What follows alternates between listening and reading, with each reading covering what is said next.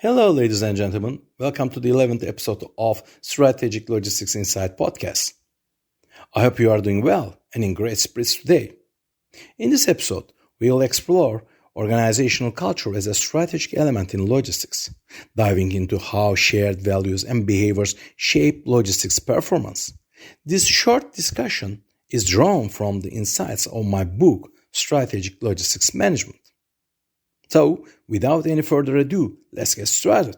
In the last episode, I've addressed my thoughts regarding the financial aspects of logistics management. However, whether the issue taken into account is an operational or financial one, it is the people who realize them. But I would like to kick off this episode with a very famous quotation from past academics and management guru Peter Drucker. Once he said that culture is strategy for breakfast. What Drucker meant by this was that even a well-designed plan to achieve strategic goals will be meaningless if your team is not united around a certain vision, values, and understanding. That is the why organizational culture is strategically important for a firm's performance in transport and information technologies and the intensifying global competitive environment. While this change has reached a crazy level, the human factor is still a valuable asset that cannot be replaced. At the same time, logistics companies which directly support businesses in the global competition by ensuring products move around still have a labor-dominated structure despite all the developments and advances in transportation and communication technologies. What's more, businesses in the logistics sector which should have their own unique strategy as an independent business must also adapt to the strategies of the businesses they serve. However, the people who work in logistics and play a big role in helping businesses compete in the global market face some tough challenges. Things like job security, changing customer demands, tight deadlines, extending working hours, and stress make the job harder. On top of that, drivers in the transport side of logistics industry often work remotely, serving customers and carrying loads on behalf of their companies without ever seeing the main office. In a way, they are representing their companies too. Given these circumstances, research shows that a management style and leadership approach that aligns with the company culture, rather than relying solely on traditional supervision and control, can yield more long-lasting results. This approach helps guide employees in line with the business objectives and encourages them to become voluntary customer representatives while working for the company they are part of. As all we know, since the business world becomes more globalized, it's getting harder for managers to keep up with all the changes and make the right decisions.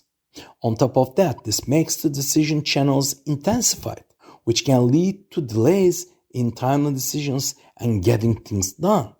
In the meantime, lots of managers who are used to the fast-paced and often chaotic world of supply chain tend to focus too much on the numerical data and the tangible elements of the company while missing the intangible ones, such as company's organizational culture.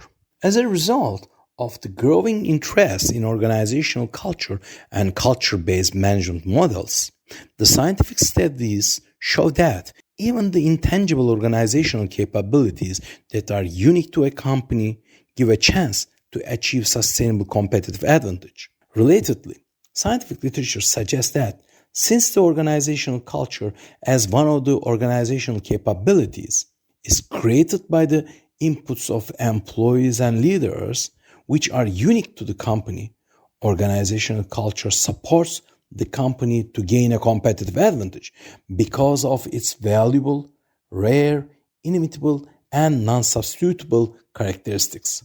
So, it shouldn't be missed that it is the people who make it all happen. They are the ones who come up with the strategies and then put them into practice. This is why it's so important to create a unique organizational culture that's in line with the company's strategic objectives. Dear colleagues, I hope I'm not boring you with theory, but I have to emphasize, referring to the literature, that organizational culture is made up of the values, beliefs, and basic assumptions that a business has picked up, discovered, or developed through its collective efforts to cope with external changes in the environment and internal integration problems. These have worked well enough to be validated and can be applied to new problems or to help new recruits understand how the organization works. However, it is the leaders who have a big impact on the culture of a company, whether that's shaping it or rebuilding it. Who are leaders? A leader is someone who guides, chooses, trains, and influences employees to achieve the organization's goal and mission. They have the skills and abilities to bring out the physical, emotional, and spiritual energies in others. The researchers' interest on leadership has led to the development of different leadership styles and theories. Among these, the approach, which looks at leadership in terms of transformational and transactional styles, has been pretty much accepted in academic communities since the 1980s. Each of these styles is effective in different situations and with different types of subordinates, but leaders are usually able to use both. Transformational leadership, on one hand, is all about making big changes in how followers act by changing what they think, value, believe in, and need. These leaders help their team members understand what's important and what's not, and they can motivate them to do what's best for the company. This way, the company's goals are always at the front of their minds. Four fundamental characteristics come to forth in the leadership style of transformational leaders, which are charisma, inspiration, intellectual stimulation, and individual interest to the followers. On the other hand, transactional leadership is more traditional and based on a mutual exchange between the leader and the follower, depending on certain conditions. If the followers of this type of leader meet the goals set for them, they get certain outputs like wages, bonuses, rewards, or prestige, which are decided by, again, the leader. The leader also tries to reinforce the followers' behavior towards them. In this context, transactional leadership basically consists of rewarding people when they do something right and managing them when they don't. Business leaders, including logistics, have a big impact on their companies. They can use their behaviors to anticipate changes in the business environment, design strategies to adapt to those changes, allocate resources to achieve their goals, motivate employees, and gain a competitive advantage by building an organizational culture that supports their vision. In management and organizational behavior literature, there is a strong connection between leadership and organizational culture. It's often said that leadership is key to creating, developing, and embedding organizational culture. The founding leaders has a big impact on the formation of organizational culture, especially in the early days of the company.